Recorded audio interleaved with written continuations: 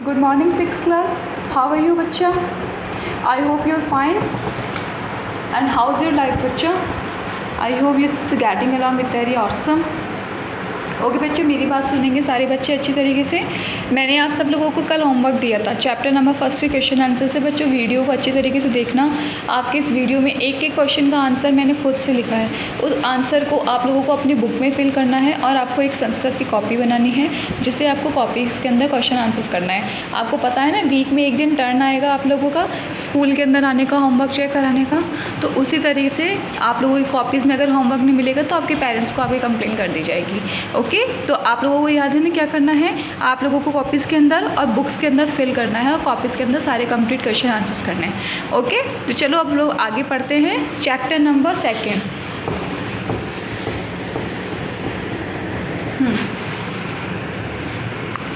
देखो, संस्कृत शब्द परिचय। एक मिनट बच्चा।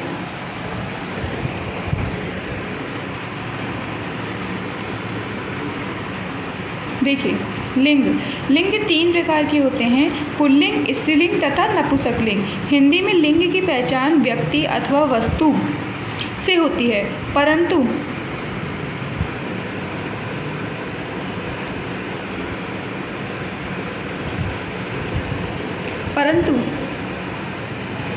संस्कृत में लिंग की पहचान शब्द से होती है। शब्द से देखो बच्चों, ये कह रहे हैं लिंग जो होते हैं ना 3 प्रकार के होते हैं। बिल्कुल सही पता है, लिंग 3 प्रकार के होते हैं, पुल्लिंग, स्त्रीलिंग और नपुंसकलिंग। हिंदी में लिंग की पहचान व्यक्ति अथवा वस्तु से की जाती है, परंतु संस्कृत में लिंग की पहचान जो है वो किससे होती है? शब्द से। किससे होती है? शब्द से।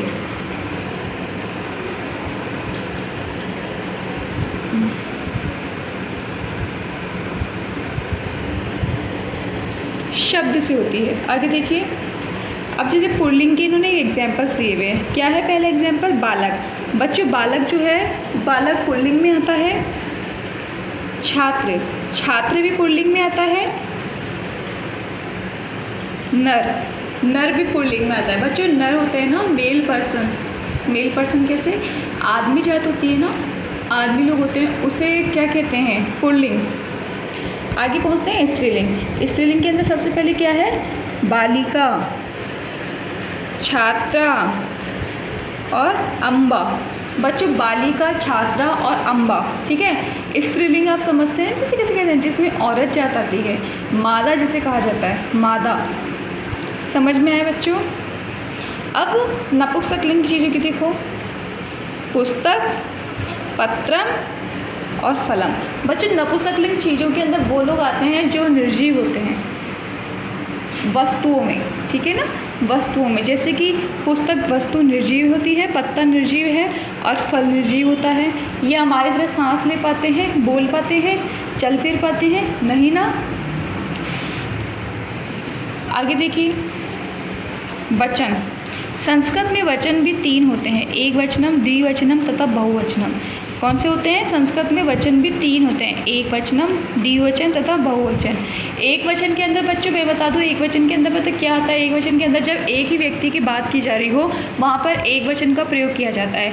जब एक या एक से अधिक, ठीक है, एक या एक से अधिक व्यक्तियों की बात की जा रही हो वहाँ पर द्विवचन होता है, और जहाँ 2 या 2 से अधिक व्यक्तियों की बात की जा रही हो वहाँ पर बहुवचन कहलाता है। क्या कहलाता है वो? बहुवचन, ठीक है। अब देखो, इसने एग्जाम्पल दिया हुआ है एक वचन का। देखो, एक वचन में कौन है? इसमें बालक, एक बालक। द्विवचन में देखो बालकौ, 2 बालक। अब बहुवचन में देखो बालकाः, मतलब अनेक बालक। अब देखो बच्चों, बालकाः संस्कृत में अपन अनेक बालक को क्या कहेंगे? बालकाः। बालकौ, 2 बालक। और बालक, सिंपल बालक क्या होगा? एक बालक। अब मेरी बात सुनिए बच्चों अच्छी तरीके से। संस्कृत शब्द परिचय जो इस चैप्टर हम लोग पढ़ रहे हैं, मैं इसके बारे में थोड़ा सा आपको समझाना चाह रही हूँ, तो आप लोग एक बार इसको अच्छी तरीके से समझने की कोशिश करो। लिंग 3 प्रकार के लिंग होते हैं बच्चों। लिंग के बारे में बोला है पुल्लिंग, स्त्रीलिंग और नपुंसकलिंग। बच्चों, नर पर्सन जो होता है ना उसे पुल्लिंग कहा जाता है। जैसे पुल्लिंग में कौन होता है? आपके पापा, भैया, दोस्त आपके, ये सब पुल्लिंग में होते हैं। आगे दूसरा इसने लिंग बताया स्त्रीलिंग। स्त्रीलिंग होते हैं बच्चों वो मादा एंड मादा के लिए बोला जाता है। मादा पर्सन कैसे होते हैं, जैसे आपकी मम्मी स्त्रीलिंग है, आपकी बहन, ठीक है, आपकी सहेली, ये सब कौन में आते हैं, स्त्रीलिंग में। आगे इसने बोला नपुंसकलिंग। बच्चों नपुंसकलिंग कौन होता है, ना तो स्त्रीलिंग और ना पुल्लिंग, ठीक है। इसने यहाँ पर वस्तुएं दी है, वस्तुओं के नाम से इसने नपुंसकलिंग चीज़ की पहचान करी है। तो लिखा है पुस्तक, देखो पुस्तकम, पत्रम और फलम दिया है ना, देखो पुस्तकम, पत्रम और फलम, ये चीज़ें आपको इसने दी है। अब ये चीज़ देख करके आपको क्या बताना चाह रहा है, नपुंसकलिंग चीज़ों की पहचान बताया है। स्त्रीलिंग किसने पहचान क्या बताई है, बालिका, छात्रा और अम्बा। पुल्लिंग चीज़ में इसने क्या पहचान बताई है, बालक, छात्र और नर। आप लोग एक बार इसे अच्छी तरीके से पढ़ने की कोशिश पढ़ेंगे तो आप लोगों को ये समझ में आएगा। पर बच्चों ये वीडियो आप लोगों को बार बार देखना पड़ेगा, देखने के बाद में ही आपको समझ में आएगा, बैठेगा। आगे इसने आपको वचन की पहचान बताई है। संस्कृत में वचन भी 3 होते हैं। क्या होते हैं, देखिए वचन, संस्कृत में वचन भी 3 होते हैं, एक वचनम, द्विवचनम तथा बहुवचनम, ठीक है। एक वचन के बारे में मैं आपको बता चुकी हूँ ना कि जहाँ एक ही व्यक्ति की बात की जा रही हो वहाँ एक वचन होता है। आगे आता है द्विवचनम, जहाँ एक या एक से अधिक 2 व्यक्तियों की बात की जा रही हो वहाँ होता है द्विवचन। आगे इसने बताया बहुवचनम, बच्चों जहाँ पर 2 या 2 से अधिक लोगों की बात की जा रही है, ठीक है, 2 या 2 से अधिक लोगों की बात की जाती है, वहाँ पे क्या कहलाता है, बहुवचन। क्या कहलाता है, बहुवचन। समझ आया सबको? आगे देखिए,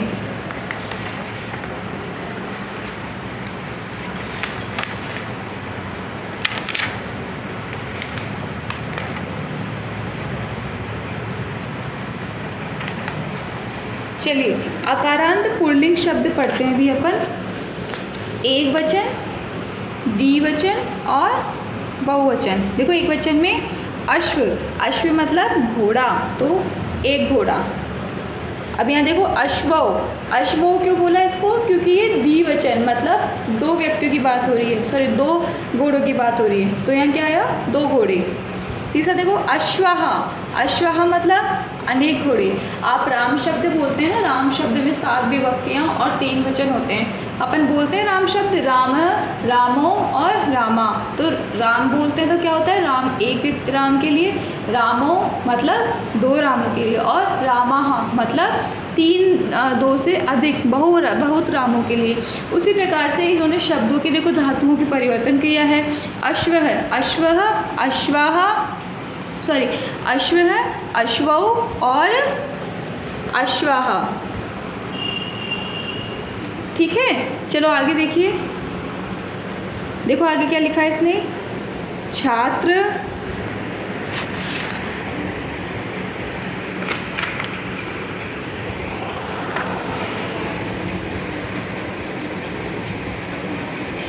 देखो छात्रों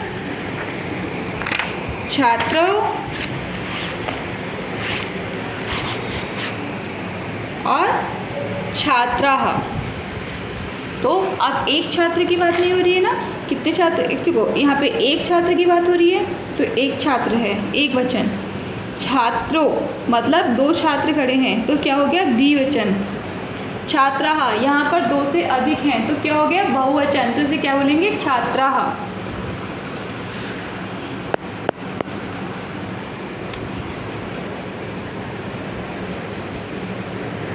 एक मिनट बच्चों, थोड़ी फ़ोन में ही पता नहीं क्या मिस्टेक हो गई है।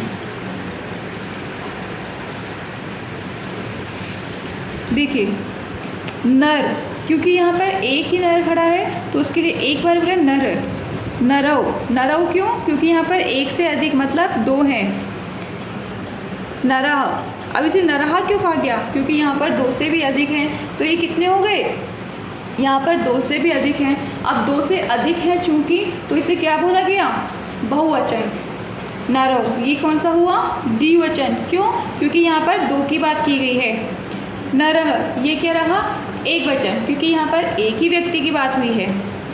आगे देखिए, सैनिकः, सैनिको और सैनिकाः। अब बच्चों एक वचन में एक ही है, तो एक वचन के अंदर एक है तो उसका एक बार में ही बोला गया।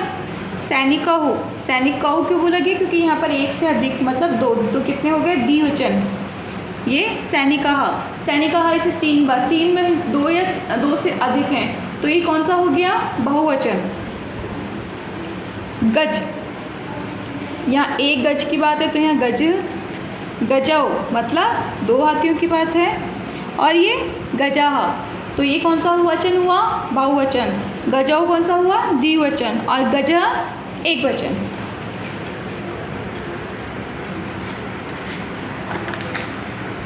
इसी प्रकार अकारांत पुल्लिंग एक वचन शब्द इस प्रकार हैं। बच्चों ये वाले शब्द हम लोग कल देखेंगे। आज के लिए इतना ठीक है। अब मेरी बात सुनिए, जो आप लोगों को मैंने वहाँ वर्क दिया है करने के लिए, वो वर्क आप लोगों को करके आना है। कुछ समझ में नहीं आता है तो आप लोग आकर के मुझसे पूछ सकते हैं, मुझे बता सकते हैं कि अपनी प्रॉब्लम, और आप लोग मुझे मैसेज कर सकते हैं या फिर आप मुझे कॉल भी कर सकते हो। Okay, bye.